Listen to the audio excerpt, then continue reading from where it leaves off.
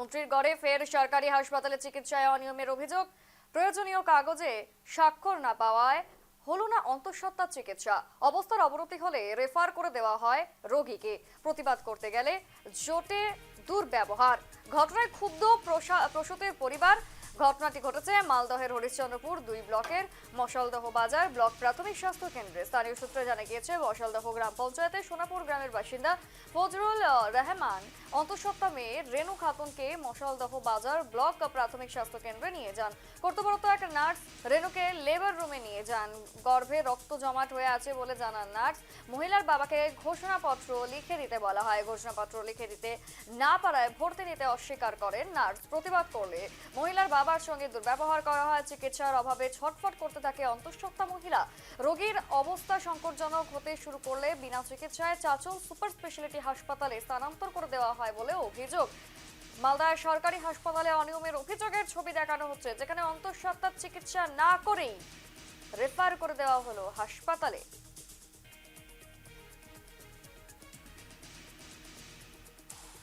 এবারকার পেশেন্ট 8টার সময় নিয়ে এসেছি, নিয়ে আসার পরে পেশেন্ট লেবার রুমে গেছে। লেবার রুমে নিয়ে যাওয়ার পরে চিকিৎসা করার পরে ডাক্তার ইমার্জেন্সিতে আসলো, আমাকে ডাকা হলো, আমি ইমার্জেন্সি গেলাম।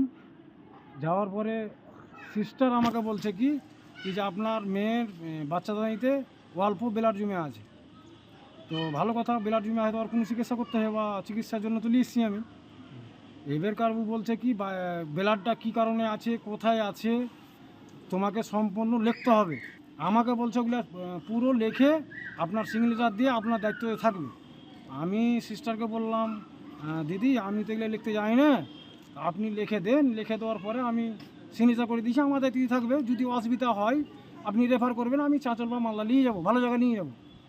সেবার জন্য রেখেছে, সেবা করার জন্য রেখেছে, না হলে লোক কি জন্য আসবে এখানে, কি দরকার আছে? কিন্তু আপনারা সেবা যদি না করেন, আপনারা যদি না দেখেন, আপনারা ভর্তি না নেন, তাহলে কি করে হসপিটাল চলবে, কি করে কি হবে? আসছে রুগীকে হুট করে আপনি এফআর করে দিচ্ছে, চলে যান। এটা তো একটা সরকারি হাসপাতাল, হ্যাঁ, সবারই পরিষেবা পাওয়ার কথা এখানে। সবারই দরকার, সবারই হক, সবারই দাবি। কেন করছে না? কেন দিদিরা হুমকি কেন দিচ্ছে? সিস্টার কেন হুমকি দিচ্ছে? ঠিক এই বক্তব্য উঠে এলো। এই বিষয়ে জানবো বিস্তারিত। তনুজ জুড়ে গিয়েছে সরাসরি। তনুজ, যেখানে সরকারি হাসপাতালে চিকিৎসার এইভাবে অনিয়মের অভিযোগ আমরা দেখেছি বিগত দিনে, মাননীয় মুখ্যমন্ত্রী তিনি ব্যস্ত ফাইল নিয়ে একেবারে বক্তৃতা দিতে বিভিন্ন জায়গায় তৃণমূলের কর্মী সমর্থকেরা তারা নানান জায়গায় কিন্তু তারা বিক্ষোভে ব্যস্ত। কিন্তু এই যে যেটা সাধারণ মানুষের প্রকৃত সমস্যা, অন্তঃসত্ত্বা মহিলা তাকে অন্য হাসপাতালে রেফার করে দেওয়া হচ্ছে, ঠিক এই বিষয়টি কেন উঠে এলো এবং এখন সেই অন্তঃসত্ত্বার পরিবার থেকে ঠিক কি দাবি করা হচ্ছে? একেবারে এসা দেখো, যেমনটা এটা যেখানে আমরা এখন দাঁড়িয়ে রয়েছি, এটা হচ্ছে মন্ত্রী তাজামুল হোসেনের গড়। আর ঠিক এই গড়ে মশালদার যে প্রাথমিক স্বাস্থ্য কেন্দ্র, এখানে 70,000 মানুষের বসবাস এই এলাকা জুড়ে। আর এখানকার যারা এলাকার আশেপাশে যারা মানুষরা রয়েছে, ঠিক এই হাসপাতালের এই প্রাথমিক স্বাস্থ্য কেন্দ্রের উপরে নির্ভরশীল। আর এখানে যেটা দেখা গেল গতকালের যে ঘটনা, আর আজকেও সেম ঘটনাই ঘটেছে। গতকাল যে একটি প্রসূতির যে অন্তঃসত্ত্বা এক মহিলা, তিনি এখানে আসেন হাসপাতালে ভর্তি হতে, কিন্তু দেখো সেখানে ঘোষণাপত্রে লিখে দিতে হবে এমনটাই হাসপাতালের তরফ থেকে জানানো হয়। কিন্তু হাসপাতালে যখন ঘোষণাপত্র তারা লিখে দেননি, পরিবারের সদস্যরা 8 ঘন্টা বেডের উপরেই ছটফট করতে থাকলো সেই প্রসূতি অন্তঃসত্ত্বা মহিলা।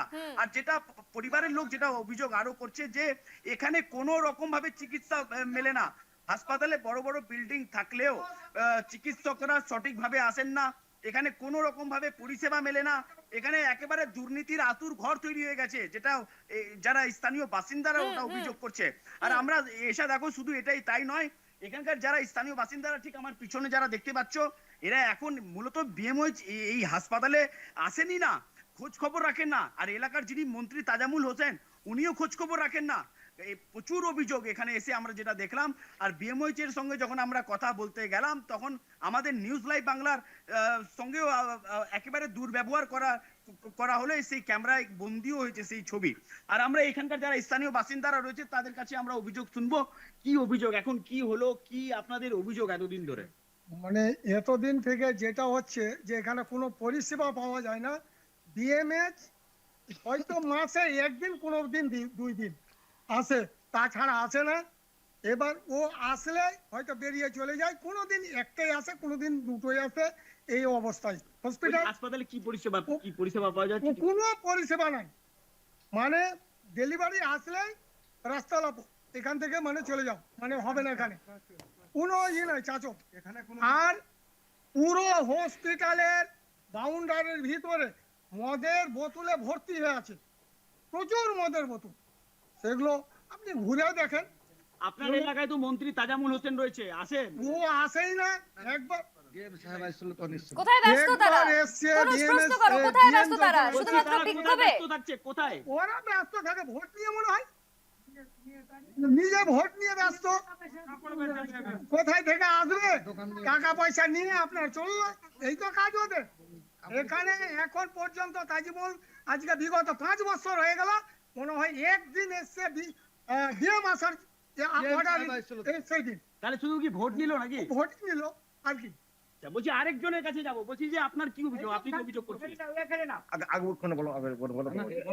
বলছি আচ্ছা আরেকজনের কাছে যাবো, বলছি যে এখানে কি অভিযোগ আপনাদের, এখানে কেন করছিলেন? এখানে অভিযোগ হচ্ছে, যখন এখানে ডিএম সাহেবা আসলো তখন হসপিটালটাকে এখানকার বিএমএস সুন্দর করে পরিষ্কার করে দিল, তারপরে আর পরিষ্কার নাই। আর এখানে প্রত্যেকটা মহিলা যারা গর্ভবতী এখানে আসলেই ভর্তি করার পরেই ওকে সঙ্গে সঙ্গে পাঠিয়ে দেওয়া হয় নার্সিংহোম। আর যদি এখানে ঠিকঠাক ভালো সেবা এখানে পাওয়া যাচ্ছে না, বিশেষ করে আমাদের হসপিটালে। আর ডাক্তার, একটা ডাক্তার 24 ঘন্টা ডিউটি করে, কি করে ও 24 ঘন্টা ডিউটি করে? দুটো ডাক্তার থাকে না এখানে, কিন্তু আর ঠিকঠাক এখানে পরিষেবা পাওয়া যাচ্ছে না। চিকিৎসকরা আসে না? চিকিৎসকরা আসে এখানে, প্রচুর দাঁড়িয়ে থাকে। আমি নিজের কথা বলি, আমি এখানে আসলে আমার বাড়ি এখানেই, 1 ঘন্টা অন্তত দাঁড়িয়ে থাকতে হয় আমাকে দুটো জ্বর আর ব্যথার ট্যাবলেট নেওয়ার জন্য। একেবারেই এসা শুনতেই পেলে যে এখানকার যারা স্থানীয় বাসিন্দারা রয়েছে তাদের কত অভিযোগ, একেবারে বলতে পারো অভিযোগের পাহাড়। কারণ দেখো এখানে এই যে স্বাস্থ্য কেন্দ্র, এখানে 70,000 যে মানুষ, আশেপাশে যারা এলাকার মানুষ এই প্রাথমিক স্বাস্থ্য কেন্দ্রের উপরে নির্ভরশীল, কিন্তু এখানে চিকিৎসা মিলছে না একেবারে। আর বাইরে এই যে হাসপাতালে যেখানে আমরা দাঁড়িয়ে রয়েছি, হাসপাতালে ঠিক উল্টো দিকে গেলে একেবারে ব্যাঙের ছাতার মতো একেবারে বেআইনি ভাবে, মানে যে ল্যাব থেকে শুরু করে একেবারে চিকিৎসকদের আগে একেবারে রমরমা, মানে পয়সা দিলে চিকিৎসা মিলবে আর পয়সা না দিলে চিকিৎসা মিলবে না, এমনটাই চলছে এখন মন্ত্রীর করে। এসা একদমই ধন্যবাদ, অসংখ্য ধন্যবাদ তোমাকে। ঠিক যেই ছবি উঠে এলো যেখানে মন্ত্রী তাজমহলের গড়ে কার্যত সরকারি হাসপাতালের বেহাল দশা, অন্তঃসত্ত্বা মহিলাকে তো ফিরে যেতে হলোই অন্য হাসপাতালে। একেবারে সেই সঙ্গে সঙ্গে বিভিন্ন রকম আরো অভিযোগ, যেখানে চিকিৎসক তিনি পয়সা নেন, পয়সা তোলেন, পাশাপাশি মদের সেখানে আসর বসেই তাকে প্রতিনিয়ত। কার্যত সেটা হাসপাতাল নয়, এখন সেটা একটি